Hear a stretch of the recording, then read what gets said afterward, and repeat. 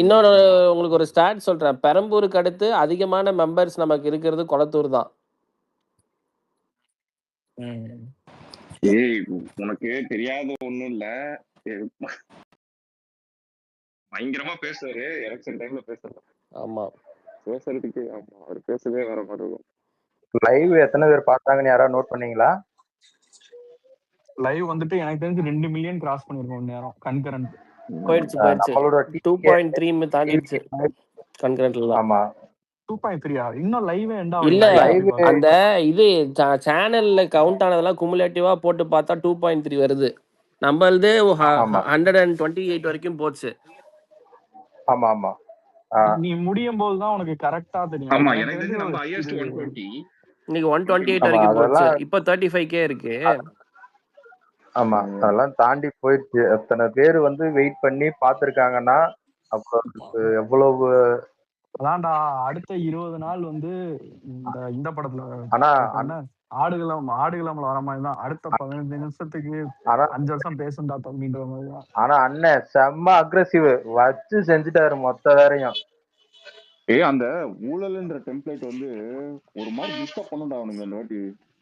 இல்ல அவனால பேச முடியாதாம் சார். பத்தி அத பத்தி தொடவே முடியாது. ஆமா நம்ம ஸ்ட்ராங்கா பேசலாம். டிவிக்கு ப்ளேம் பண்ணவே முடியாதுனால இல்ல வச்சு செஞ்சுட்டாரு. வேட்பாளர்களை உறுதிமொழி எடுக்க வச்சு செஞ்சுட்டாரு. அப்படியே அப்பட்டமா அதை வச்சு செஞ்சுட்டாரு எல்லாரையும்.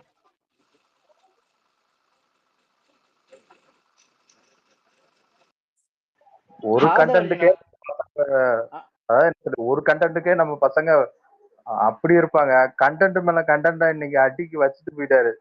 அதுவும் பொறுப்பை நம்ம கையில கொடுத்துட்டு போயிட்டாரு. சோழவந்தான் கேண்டிடேட் வந்து எக்ஸ் ஏடிஎம்கேவோ எக்ஸ் டிஎம்கேவோ எனக்கு தெரிஞ்ச அந்த ஆள் நல்ல வாய்ப்பு இருக்கு. சோழவந்தான்ல மேல போட்டிருக்கேன் மதுரை லிஸ்ட். ஓ தானே கருப்பையா தானே கேட்க சொல்றீங்க? ஆமா அதே மாதிரி இன்னொன்னு போட்டிருக்காங்க. அதுவும் ஓரளவுக்கு நல்ல இதுதான் நினைக்கிறேன். நேத்து மதுரை மத்திக்கு வந்து இவரு பிடிஆர் இருக்காரு 200% சொன்னீங்க. இன்னைக்கு முஸ்தபா நிக்கிறாரு. இப்ப அது வேல்யூ ஆயிடுச்சுல்ல. டிவிக்கு தான் வேல்யூ ஆயிருக்கு. இப்ப தூத்துக்குடியில ஒரு தொகுதி தானா? 6 தொகுதி தானே இருக்கு. தூத்துக்குடி எல்லாம் மாஸ்டர் பிளான். தூத்துக்குடி சும்மா செம ஸ்மார்ட் மூவ் அண்ணன்.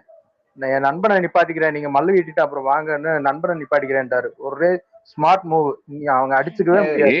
அது வந்து என்ன இந்த வாட்டி அவன் நான் கூடமே தூத்துக்குடியே பாத்துனேன். என்ன அண்ணா இது எவனுமே யோசிக்கலையே. ஆக்சுவலா இங்க நிறைய கான்ட்ரவர்சி இப்போ பேசுவானுங்க பாரு. அது ரிலேட்டட் தான் பேசுவானுங்க. ஆனா அண்ணன் தெரிஞ்சதான் பண்ணாரு. கவின் ப்ரோ அந்த தேர்தல் அறிக்கை இளைஞர்களுக்கு இருக்குல்ல, அத சாயந்தரத்துக்கு மேல ட்ரெண்ட் பண்ணுவோம் ப்ரோ. அத மறந்தே போயிட்டோம். பண்ணுவோம் சொல்லிட்டேன். அது பண்ணுவோம், கண்டிப்பா பண்ணணும். ஐடி விங் எதுக்கு இருக்கு? அத ஸ்டார்ட் பண்ணிருக்கானே அந்த தேர்தல் அறிக்கை. இது கவின் ப்ரோ உங்களுக்கு டிஎம் பண்ணிருக்கா, செக் பண்ணுங்க கொஞ்சம். இப்பவே ஓரளவுக்கு பேசுங்கடா. அது டிஎம்மா டிவிகே பொறுத்த வரைக்கும் நம்ம தான் ஐடிவிங்க. டிவிகே பொறுத்த வரைக்கும் நம்ம தான். அந்த ஒரே தலைவன் எம்கேஎஸ் சொல்லி எடுத்த வீடியோ வந்து அது அவன் பர்த்டேக்கு எடுத்த வீடியோ தானே? ரஜினி கமல் பேசினதெல்லாம் என்னடா ஒரே தலைவன் எம்கேஎஸ் சொல்லி ஒரு வீடியோ எடுத்தாங்க. ஆமா ஆமா அது பர்த்டேக்கு எடுத்ததுதான். கமல்லாம் பேசி அது என்னடா இப்ப என்னடா கேம்பெயினுக்கு யூஸ் பண்றாங்க. அவங்க 2 பேரும் பொத்திக்கிட்டு இருக்காங்க. சரி கமல் கூட கூட்டணியில இருக்கான், அவன் வீடியோ யூஸ் பண்ணலாம். ரஜினி என்ன அவனும் கூட்டணி தான் சச்சின். அவன் ஒரே நேரத்துல 2 பேரும் கூட கூட்டணியில இருக்கான். இல்ல ஆனா அவன் அங்க ஒரு சங்கி புத்தின்றத காமிச்சான் பாரு, ப்ரூஃப் பண்ணான் பாரு. ரெட்ராஜாவை பத்தி பேசினான் பாரு. அங்க சுத்தி எங்க போய் விட்டீங்க பாரு.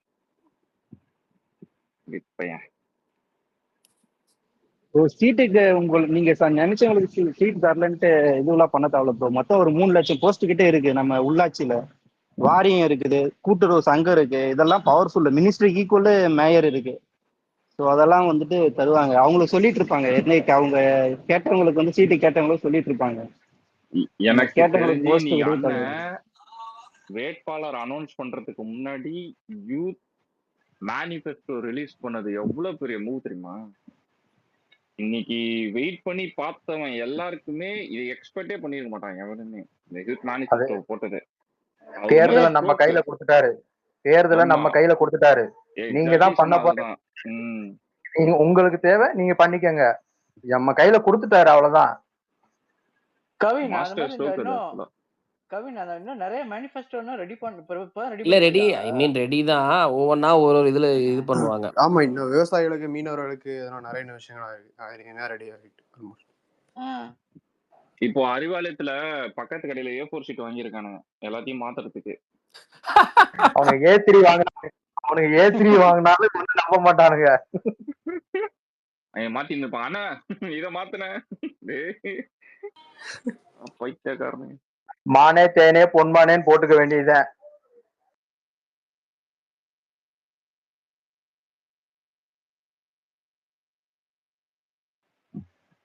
மைனாரிட்டி கேண்டிடேட் எத்தனை பேர் நிப்பாட்டிருக்காங்க அண்ணே? 30+. 30 பேரா? 30. Okay okay okay.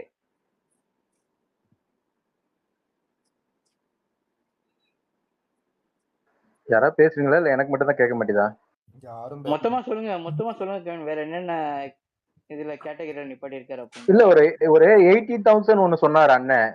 ஒரு அதாவது நம்ம இளைஞர்கள் வந்து நேரடியா கவர்மெண்ட்டுக்கு நம்ம வந்து அந்த இளைஞர்களுக்கு இடையேயான ஒரு அரசுக்கும் இளைஞர்களுக்கு இடையேயான ஒரு இது உறவுன்னு சொன்னாரு. அது ஏதோ அதுக்கு வந்து ஊதியமா 18,000 தரப்படும் அப்படின்னு சொன்னாரு.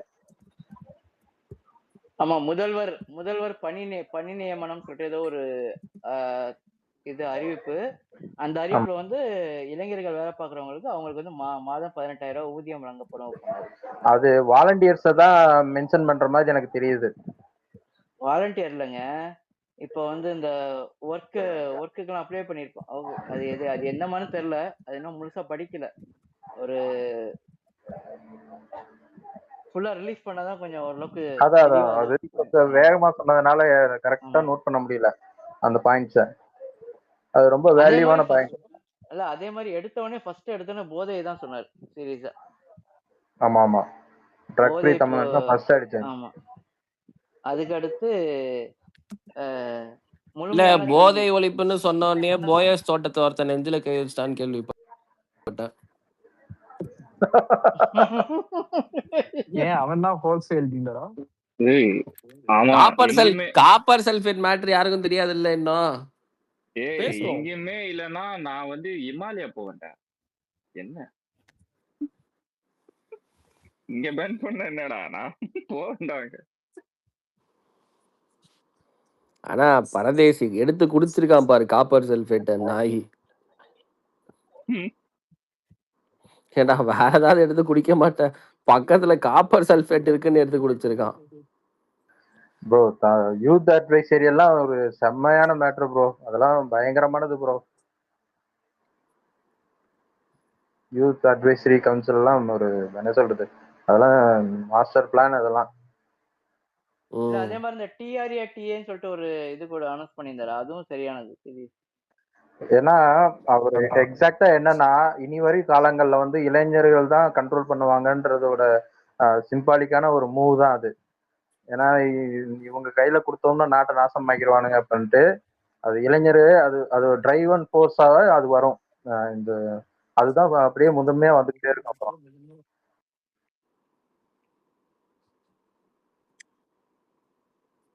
ஏன்னா கவுன்சில்ன்றது என்ன சொல்றது, ஒரு ஜட்ஜுக்கு நிகரானது. அது அவ்வளவு பெரிய இது. அது என்ன சொல்றது, அரசு அதிகாரிகள் தவறு பண்ணாலும் சரி, யாரு தவறு பண்ணாலும் சரி, அவங்க நோட்டீஸ் பண்ணா அது வந்து மிகப்பெரிய ஒரு இதுவாதான் கருத்தாதான் கருதப்படும் அது. ஏன்னா அரசாங்கத்துக்கும் மக்களுக்கும் இடையேயான இது அது டைரக்டா. ஆனா மேடையில அந்த ராஜேந்திரன் பையன் வந்து கண்கள் வேண்டாம் பாத்தீங்களா, அது மாதிரி ரொம்ப டச்சிங்கானது சீரியஸா. பல பேர்த்துக்கு எமோஷன் தான் ப்ரோ. உண்மையிலேயே வந்து எத்தனை பேர் வந்து சொல்றது, நிறைய பேர் அண்ணன் சொன்னதுல கழக உறுப்பினர் தான் சொன்னாரு. யாரையும் இந்த பொறுப்புல இருக்கவங்க எத்தனையோ பேருக்கு பொறுப்பு கொடுத்துருக்காரு. ஆனா அந்த பொறுப்பு இல்லாத நிறைய பேரை அவர் நேர சொல்லிட்டாரு. நான் தான் நேரா எல்லாரையும் செலக்ட் பண்ணிருக்கேன்னு சொல்லிட்டாரு. இதுக்கு மேல எந்த ஒரு வதந்திக்கும் முற்றுப்புள்ளி வச்சுட்டாரு அவர் ஆரம்பத்திலேயும். ஆனா சன் டிவிக்காரன் காடை போட்டுக்கிட்டே தான் இருக்கான். அது வந்து கொத்தடிமைகளை திருப்தி பண்றதுக்கு காடை போட்டுக்கிட்டு தான் இருக்கான். அவன் என்ன போடுறான்? இல்ல நான் உனக்கு சொல்லவா, சன் டிவியே ஃபர்ஸ்ட் பிளேல எடுத்துட்டு வராதீங்க. அவன் என்ன பெரிய குண்டையான்னு கேளுங்க. நீங்க சன் டிவின்னு தொடர்ந்து 4-5 பேர் அதையே பேசிக்கிட்டீங்க. கார்டு போடுறான் போட்டா போட்டுட்டு போறான். இது வரைக்கும் போட்ட கார்டுல என்ன புடுங்கிட்டான்? ஏங்க கட்சியில இருக்கவங்க தான் கொடுத்துருக்காரு. உடனே வெளியில இருந்து வந்தா கொடுத்துருக்காரு. 3 மில்லியன் ஃபாலோயர்ஸ் வச்சிருக்க அந்த பேஜுக்கு கம்யூனிட்டி நோட்ஸ் வந்து இது வரைக்கும் 4 டைம் வந்துருச்சு. அதுவும் ₹200 ஊப்பின்லாம் ஒரு டைம் கம்யூனிட்டி நோட்ஸ் போட்டு வந்திருக்கு இப்போ 4 நாள் முன்னாடி. இதுக்கு மேல என்ன வேணும்? அவனை பத்தியே பேசாதீங்க. கட்சிக்குள்ள இருக்கவங்க தான் ஒரு போஸ்டிங்கே சீட்டே கொடுத்துருக்காரு. என்ன இது நேத்தே நம்ம எக்ஸ்பெக்ட் பண்ணதானே, அதை இக்னோர் பண்ணிட்டு போயிட்டே இருக்க வேண்டியதுதான்.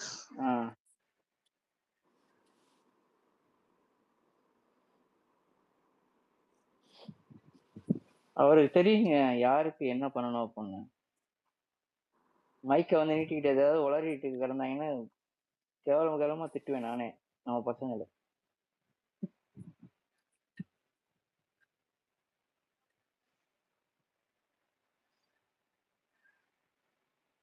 வேட்பாளர் அறிவிச்சிட்டாரு, தொகுதியில போய் வேலை பார்க்க வேண்டியதுதான்.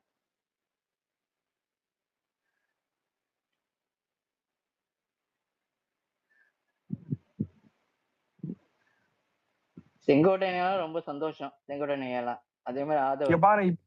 இப்ப வர கேண்டிடேட்லாம் செம ஏஜ் போடா. அவருக்கு எல்லாம் 70 வயசு வந்துட்டு போனவருக்கு. உண்மையே செங்கோட்டையன் ஐயா, விஎஸ் பாபு அவங்க எல்லாம் இருக்காங்கல்ல, அவங்களுக்குலாம் வந்து ஒரு எனர்ஜி, செம்ம எனர்ஜில இருக்காங்க. என்ன ஒரு 100 பேரை கேட்டா 1000 பேர் வந்து நின்னா எப்படி இருக்கும்? அதெல்லாம் தேர்தல் பண்ணி பாக்குறதுக்கு அவங்களுக்கு எல்லாம் ரொம்ப ஈஸியா இருக்கும். அதே மாதிரி அவரோட ஃப்ரெண்டு ஸ்ரீநாத், அவர்லாம் ஸ்டேஜ்ல சரியானது. ஏன்டனி உங்களுக்கு ஏன் சீட்டு தரல இந்த டைம்? ஏங்க ஏங்க ஏன் இவ்வளவு ரோல் ஆகுது?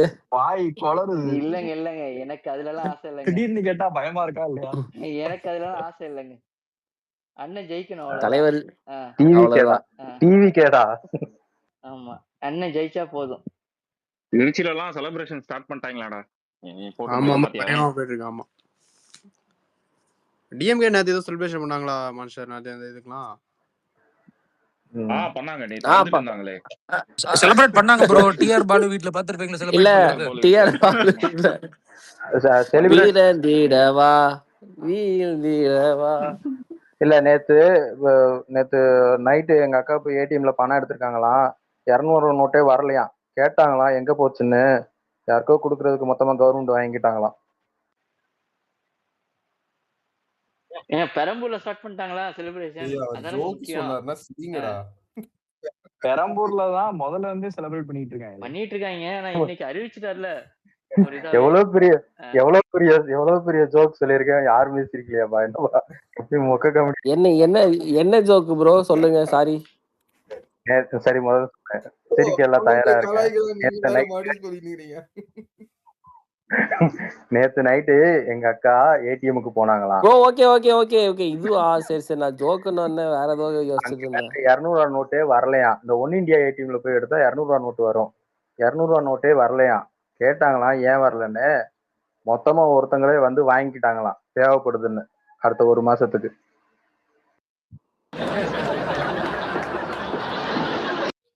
ஆக்சுவலா 200 ரொம்ப நாளா வருது இல்ல நினைக்கிறேன். 100 தான் வருது.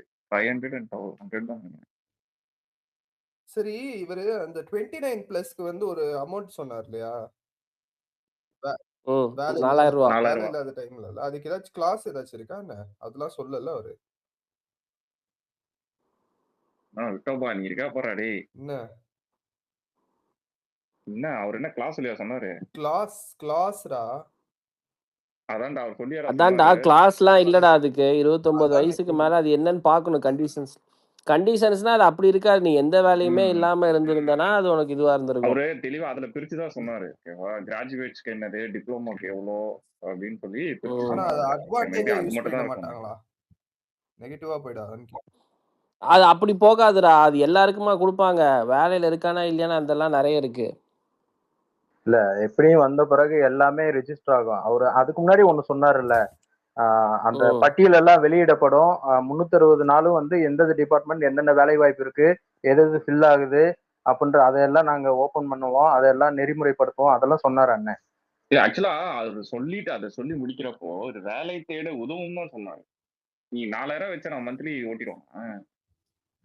இல்ல ஓட்ட முடியாது. நான் இது பண்றேன். அந்த அதுதான் இன்னொன்னு அது சொல்றேன். ஏதோ வேலை தேட உதவும் தான் சொன்னாரு. இன்னொரு ஏதோ TREO ஏதோ எனக்கு அது தெரியல, ஃபுல் ஃபார்ம் ஏதோ சொன்னாரு. டேய் அது நீங்க பேசலாம்டா டேய்.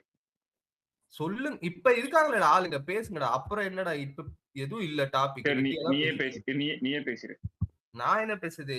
நான் சரியாலாம் பார்க்கல அத. நீங்க சொல்லுங்க.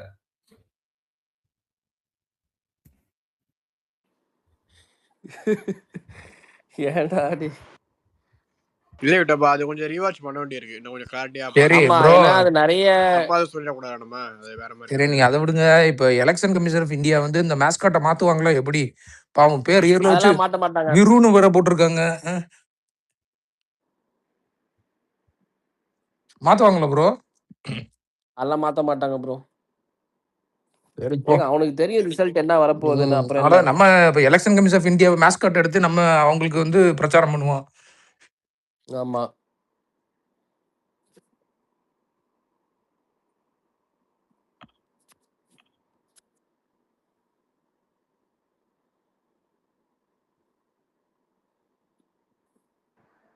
மொத்தம் காலையில வந்து அந்த லைவ பாத்துட்டு தான் இருந்தேன். பாலிமர்காரன் இப்படி போனா, அண்ணன் இப்படி போறாரு. இன்னைக்கு சென்னையவே சுத்தி காமிச்சாரு அண்ணன். இப்படி போனா அப்படி போறாரு, அப்படி போனா இப்படி போறாரு.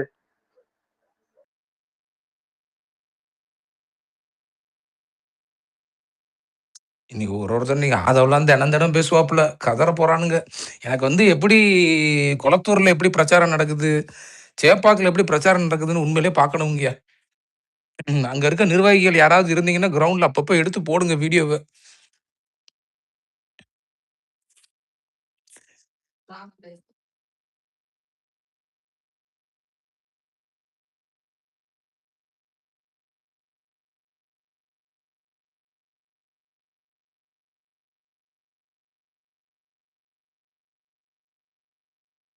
எனக்கு என்ன டவுட்னா, இப்ப ஸ்டாலின் வந்து ஸ்டார் கேண்டிடேட் லிஸ்ட்ல வருவாரா இப்படி? இல்ல இல்ல, அவர் வந்து சன் லிஸ்ட்ல தான் வருவாரு. ப்ரோ இவர் ஸ்டார் லிஸ்ட் கேண்டிடேட்னா எனக்கு சட்டுன்னு ஞாபகம் வந்தது என்னன்னா, நேற்றுக்கு ஒரு ட்வீட் பார்த்தேனுங்க. இந்த ட்வீட்ல என்ன இருந்துச்சுன்னா, நானும் மக்கள் நீ அதை மையத்தை தேடி தேடி பார்த்தேன், அந்த கட்சிக்கு எதுவுமே சீட்டு கொடுக்கல, என்னடா அது அப்படின்னு சொல்லிட்டு விசாரிக்கும் போது, என்னங்க அவர் பேரை நீங்க வந்து நட்சத்திர பேச்சாளர் லிஸ்ட்ல பாருங்கங்க, சிவாஜி கிருஷ்ணமூர்த்தி கீழே இருக்குன்ட்டு. ப்ரோ இன்னைக்கு அந்த கட்சிக்கான மரியாதை அந்த ரேஞ்சில் தான் ப்ரோ இருக்கு. நட்சத்திர பேச்சாளர்கள் லிஸ்ட் நான் எதிர்பார்க்கிறேன். டிஎம்கேக்கு யார் யாரெல்லாம் வருவான்னு. இல்ல நேத்து யாரோ அந்த காமெடி சொன்னாங்கன்னு நினைக்கிறேன். வசூல்ராஜா ப்ரோ MBBS நடிச்ச கருணாஸுக்கே சீட்டு கொடுத்து சைடு கேரக்டர்ல அந்த கருணாஸுக்கு ஒரு சீட்டு, ஹீரோவை பாவப்படி விட்டுட்டானுங்களே அம்போன்னு. விட்டானுங்களே. ப்ரோ அதெல்லாம் சரியான கண்டென்ட் ப்ரோ, யோசிச்சு பாருங்களேன். ஒரு ஸ்டார் இந்த இந்த நட்சத்திர பேச்சாளர் லிஸ்ட்லாம் பேரை போட்டானுங்கன்னு வச்சுக்கோங்க, இதை விட அவருக்கு அசிங்கம் எதுவுமே இல்லைங்க. அந்த 3% ஓட்டு போட்ட நிலைமையை யோசிச்சு பாருங்க. அப்படி போட்டாங்கன்னா அந்த அந்த கோயம்புத்தூர்ல தோத்துட்டு நடந்து வந்தாருல்ல, அந்த அதேதான். அந்த கிளிம்ஸை தான் எடுத்து போடணும். அப்படியே ஒரு பேக்ரவுண்ட் மியூசிக் அப்படியே சோகமாய் போட்டு அழகா போட்டு அவருக்கு டெடிகேட் பண்ணிடணும். இல்லை மற்ற கட்சிக்காரங்கெல்லாம் போய் ஒரு ஓட்டு கேட்கும்போது இது மாதிரி நம்ம கேண்டிடேட் நிற்கிறோம், நமக்கு நம்மளுடைய கூட்டணியில் இருக்கிறவங்க சொல்லி அப்படின்னு போய் ஒரு ஓட்டு கேட்பாரு. இவரெல்லாம் போய் நட்சத்திர பேச்சாளர் போனாருன்னா எப்படி ஓட்டு கேட்பாரு? இப்போ ஏதாவது ஒரு திருக்குறள் சொல்லுவாரு, மக்கள் அதுலயே தெரிஞ்சிடும். செம்ம கண்டென்ட் இருக்கு ப்ரோ. இன்னைக்கு இவனுக்கு வெளியே வரட்டும். இல்ல கமலை வச்சு நீங்க என்ன கன்வின்ஸ் பண்ணி ஓட்டு வாங்கிங்க? அதனால பேச சும்மாவே புரியாது ப்ரோ. அவர் கேட்குற அவர் இந்த தடவை வந்து ஓட்டு போடுறதுக்கு மக்கள் வந்து அவர் நிறைய விஷயங்கள் முன்னாடி எதிர்த்தாரு, எதிர்த்து அவங்க கிரெடிபிலிட்டி எல்லாம் இழந்துட்டாங்க ஆர்டிபி. அதனால கிரவுண்ட்ல ஒரு பெர்சன்டேஜ் கூட எடுப்படாது. அந்த போயஸ் கடல ஒண்ணு இருக்கு, போயஸ் கடல ஒண்ணு இருக்குல்ல, அதுவும் வர வாய்ப்பு இருக்கு. அவங்க எல்லாம் கிரெடிபிலிட்டி இழந்து ரொம்ப நாள் ஆச்சு. ப்ரோ கமல் அவர்லாம் வந்து இந்த மது மறுவாழ்வு மதுல அந்த மது அடிமையானவங்கள மறுவாழ்வு இயக்கம் இருக்கு இல்லையா, அந்த மாதிரி நிறைய இதெல்லாம் இருக்குல்ல, அங்கெல்லாம் போய் இருந்தாருன்னா நினைச்சுக்காம அவர் பேசுற பேச்சுக்கு அவன் வந்து வாழ்க்கையில இனிமே நான் குடிக்கவே மாட்டேன்டான்னு ஓடிடுவான். அந்த அளவுக்கு திறமையானவர் அவரு. நீங்க ரொம்ப ரொம்ப தூரம் போறீங்க. இருந்தாலும் உலக நாயகனா நீங்க இப்படி பங்கு பண்ண கூடாது, விடுங்க. ஊபி ஆன பிறகு யாரு பங்கம் பண்ணா என்ன, எல்லாம் அவ்வளவுதான், அது அந்த லிஸ்ட்ல போயிருச்சு. அவ்வளவுதான், இனிமே அவருக்கு அந்த உலகநாயகன் பட்டம் கிடையாது, கேன்சல்.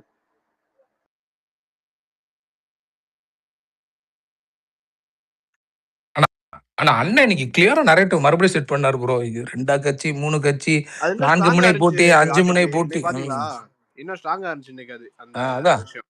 இங்க 5 முனை போட்டி அதெல்லாம் கிடையவே கிடையாது. இங்க 2 பேத்துக்கு தான் போட்டி. அவர் கம்ப்ளீட்டா எலிமினேட் பண்ணிடுறாரு போ மத்தவனுங்க எல்லாத்தையும். நேர் முனையில நிக்கிறாரு.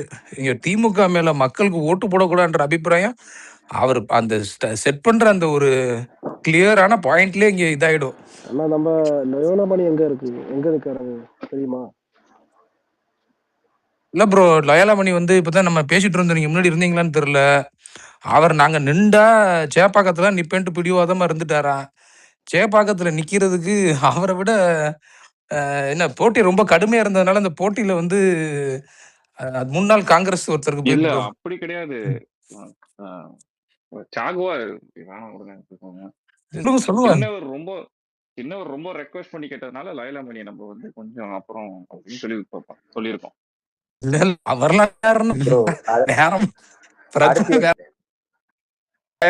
அடுத்து எம்பி எலெக்ஷன் இருக்கு. அனந்த் சித்து அந்த மாதிரி ஆளுகளை எம்பிக்கு அனுப்புனா தான் நல்லா இருக்கும் பேசுறதுக்கு. ஏன்னா கிளியரா டேட்டா வச்சு அடிச்சா தான் மேல இருக்கவங்களுக்கு நம்ம இதா இருக்கும், இது பவர்ஃபுல்லா இருக்கும் அது.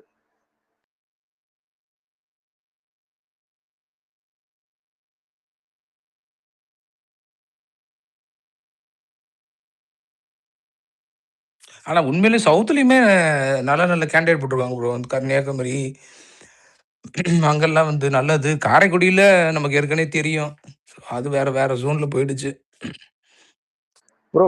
சாதாரண விஷயம் இல்ல, சாதாரண விஷயம் கிடையாது. நான் ஃபர்ஸ்ட் நம்ம ஸ்பேஸ்ல வந்தோடனே ஃபர்ஸ்ட் பாயிண்ட் என்ன பேசினேன்னா, நேரலையே எத்தனை பேர் பார்த்தாங்கன்னு தான் கேட்டேன். ஏன்னா இது ரொம்ப முக்கியமானது. நேரலை எத்தனை பேர் பாக்குறாங்க, டிவில எத்தனை பேர் பாக்குறாங்க. டிவில இன்னைக்கு எங்க வீட்டுல எல்லாம் ஓடிட்டு தான் இருந்துச்சு, பக்கத்து வீட்டுல 7 வீட்டுல ஓடிக்கிட்டு தான் இருந்துச்சு.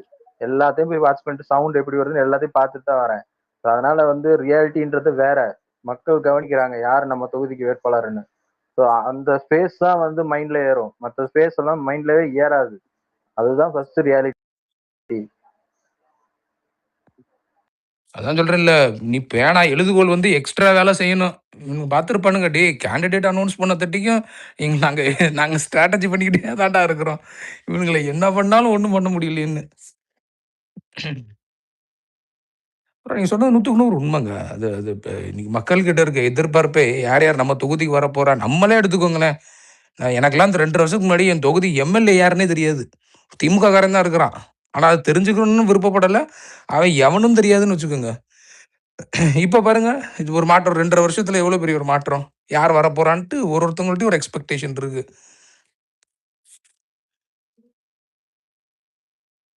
இல்ல அண்ணன் வந்து முதல்ல கட்சிக்கு பேர் வைக்க சொன்னானுங்க, அப்புறம் கொடி இருக்கான்னு சொன்னானுங்க, அப்புறம் மாநாடு நடத்த சொன்னானுங்க. எல்லாம் தாண்டி எங்க வந்திருக்கு டிவிக்கு. இல்ல அண்ணன் எப்படி உடைச்சு விட்டாருன்னா, இன்னைக்கு கரெக்டா ஆரம்பத்துல எல்லாரும் டிவியை பார்ப்பாங்க, லைவ்ல இருக்கும், நம்ம மத்த இது பண்ணாலும் இவனுங்க அவதூறு தான் பேசுவானுங்கன்னு தெரியும் அவருக்கு. கரெக்டா அந்த நெரேட்டிவை மக்கள்கிட்ட என்ன போய் சேர்த்திருப்பாங்க இந்நேரம். 3 வருஷம் கட்சி, புது எம்எல்ஏ, இவங்க வந்து என்ன பண்ணுவாங்க செய்வாங்க அப்படின்னு தான் போய் அந்த அந்த உணர்வு தான் மக்கள்கிட்ட சேர்த்திருப்பாங்க. கரெக்டா அதை பிடிச்சி ஒரே அடி அதை சுக்கு நூறா உடைச்சு விட்டு போயிட்டாரு. இல்ல நீ கமல் எடுத்துக்கோங்களேன். கமல் இப்போ பார்ட்டி ஆரம்பிக்க இனிஷியல் ஸ்டேஜ்ல ரூலிங் பார்ட்டி அடிக்க சொன்னா டிஎம்கே உடைச்சுக்கிட்டு இருந்தான். ஏன்டா அவனை அடிக்கிற அப்படின்னு கேட்டா, அவன் தான் அடிப்பேன்னு அடிச்சான். நம்ம அண்ணா அதெல்லாம் கிடையாது, லிஸ்ட்ல எல்லாம் வர்றதே இல்லை. ஸ்ட்ரெயிட் டு ஸ்ட்ரெயிட் இங்க போட்டி. அது ரொம்ப கான்பிடென்ட்டா, அதை எனக்கு தெரிஞ்சு இதுவரை யாருமே பேசுனது இல்லை இவ்வளவு கான்பிடென்ட்டா. அண்ணா ஒரு ஸ்டேஜ்லயும் அதான் சொல்றது. அந்த கான்பிடென்ட் பூரா நம்ம தான், வேற யாரும் கிடையாது. ப்ரோ நம்ம இந்த இந்த கட்சியே நான் உண்மைக்கும் சொல்றேன். அண்ணன் ஒரு பக்கம் நம்ம அவர் மேல ஒரு பெரிய ஆதரவு இருக்கு. நம்ம அவரை ரொம்ப நாள் ஃபாலோ பண்ணியிருக்கோம். இந்த கட்சியை அண்ணனை தாண்டி இந்த கட்சியை நீங்க பாத்தீங்கன்னு வச்சுக்கோங்களேன், சொல்ற மாதிரிலாம் பெருசா யாருமே இல்லை ப்ரோ. இந்த கட்சியை நடத்துறது கட்சி நிர்வாகிகள் இல்ல, சும்மா அபிஷியல் போஸ்ட் அவனுங்கள்ட்ட இருக்க ஒழிய இங்க மக்கள் தான் இங்க ஒன்னொன்னு எடுத்து பேசுறான் அந்த கட்சிக்கு. நீங்க யாரு, நான் யாரு? நீ எதுக்கு இவ்வளோ நேரம் இங்கே உட்காந்து பேசணும், நான் எதுக்கு இங்கே உட்காந்து பேசணும்? இந்த கட்சியே மக்கள் தான் ப்ரோ. இதனை வழி நடத்துறது நம்ம தான். அமைப்பார்கள். இல்ல அவருமே அதானே சொல்ற, நீ என்ன திட்டினா மக்களை திட்டுற மாதிரி, நீ என்ன தப்பா சொன்னா அது மக்களை சொன்ன மாதிரி. கண்டிப்பா நம்ம கேள்வி கேட்கிறோம்ல இன்னைக்கு. நம்ம இவனுங்கள மாதிரி பொதுச் செயலாளர்ன உடனே கூணு கும்பிடு போட்டுட்டு ஐயோ அதையும் அப்பாப்பா அப்படின்ட்டு நம்ம இங்க ஃபயர் விட்டுக்கிட்டு இருக்கோம். அவனை எவனா இருந்தாலும் வந்துட்டு போட்டு அண்ணனுக்கு கீழே எவனா இருந்தாலும் கேள்வி வைப்பானுங்க இங்க. அவளை ஈஸியெல்லாம் கடந்து போயிட முடியாது யாரும். எனக்கு ஒரே ஒரு டவுட் ப்ரோ, சுயமரியாதைன்னு சொல்லி பேசிக்கிட்டு இருக்கானுங்க. வாயில எடுத்தாலும் இந்த சுயமரியாதை அப்படி உதயநிதிக்கு வணக்கம் போடுறப்பெல்லாம் அது எங்க ப்ரோ போயிடும்? அவனுங்கள்ட்ட தான் ப்ரோ விசாரிக்கணும். அது வணக்கம் சும்மாலாம் இல்ல, உதயநிதி கீழே உட்காந்துட்டு இருக்காரு போல, இவங்க குனிஞ்சு உட்காந்ததுக்கு கீழே சாரு கீழே போகுது தலை. இல்ல மாஸ்டர் அந்த பார்லிமெண்ட்ல போய் பண்ணிட்டு வந்தானுங்கல்ல, ஸ்டாலின் வாழ்க கலைஞர் வாழ்க, கேவலமானவனுங்க. தூ சுயமரியாதையா மயிறு. எவனாவது தாவேக்கால போய் இப்படி எல்லாம் சொல்லட்டும், அப்புறமுள்ள இருக்கு சொல்ல மாட்டானுங்க ப்ரோ. நம்ம ஆளு அண்ணனே அங்க அடிச்சு வரட்டிடுவாரு. எங்கடா சுயமரியாதை இருக்கு உங்களுக்கு எல்லாம்? வார்த்தை அதான் சொல்றானுங்க. திட்டங்களுக்கே பேர் வைக்காதவரு இதை சொல்ல விடுவாரா? அதை சொல்லவே விட மாட்டாரு. இங்க பாரு, இதுவே இந்த நிகழ்ச்சி ஒரு எக்ஸாம்பிளுக்கு சொல்றேன், ஓகேவா?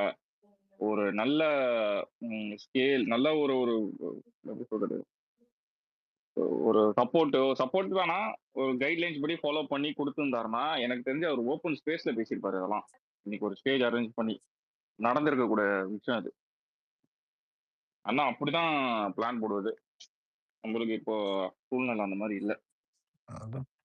அண்ணன் இன்னைக்கு ஆரம்பிக்கும் போதுமே ரொம்ப he was very clear. என்ன என்னுடைய நான் தான் அவங்க நான் வேற அவங்க வேற இல்லை, என்னுடைய ரிஃப்ளெக்ஷன் தான் இங்கே இருக்கிற ஒரு கேண்டிடேட்டும். ஏன்னா ஒன்னொருத்தையும் நான் ஹேண்ட் பிக் பண்ணியிருக்கேன். இவங்க வெறுமனே உங்களுக்கான ரெப்ரசன்டேட்டிவாக மட்டும் இருக்க மாட்டாங்க, உங்களுக்கு தேவைன்ற போது அங்கே நிற்கக்கூடிய ஆட்கள் இவங்கெல்லாம்.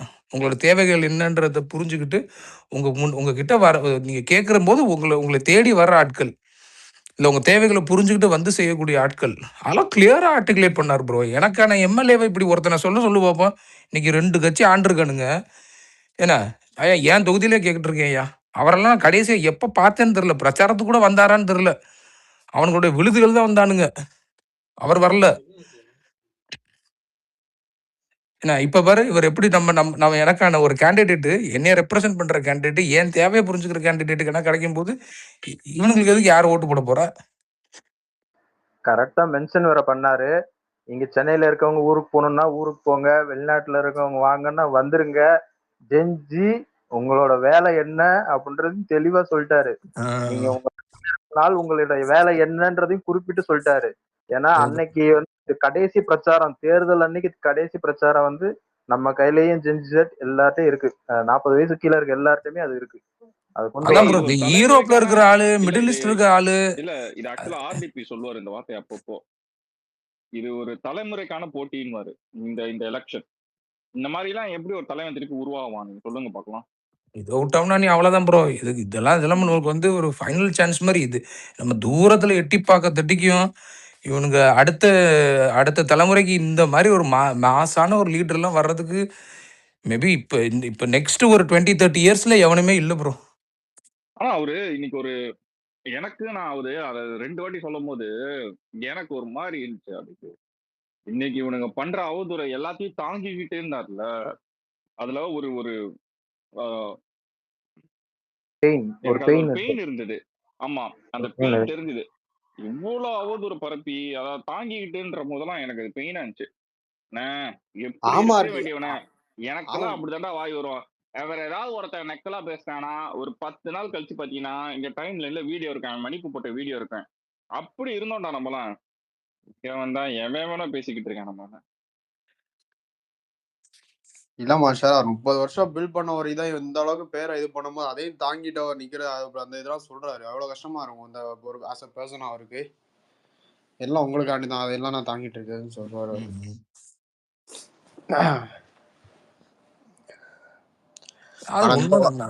உண்மைதான் இல்லைங்க அது. இல்ல எல்லாருமே ஆர்டிபி எப்பவுமே பாத்தீங்கன்னா அந்த மது ஒழிப்புன்னு ஜஸ்ட் சொல்லிட்டு போயிடுவாங்க, அதுக்கான விஷயம் சொல்ல மாட்டாங்க, அதை எப்படி கட்டுப்படுத்த போறோங்கிறதெல்லாம். ஆனா அவர் வந்து என்ன பண்ண போறோம் எப்படிங்கறத வந்து தெளிவா இன்னைக்கு சொன்னாரு.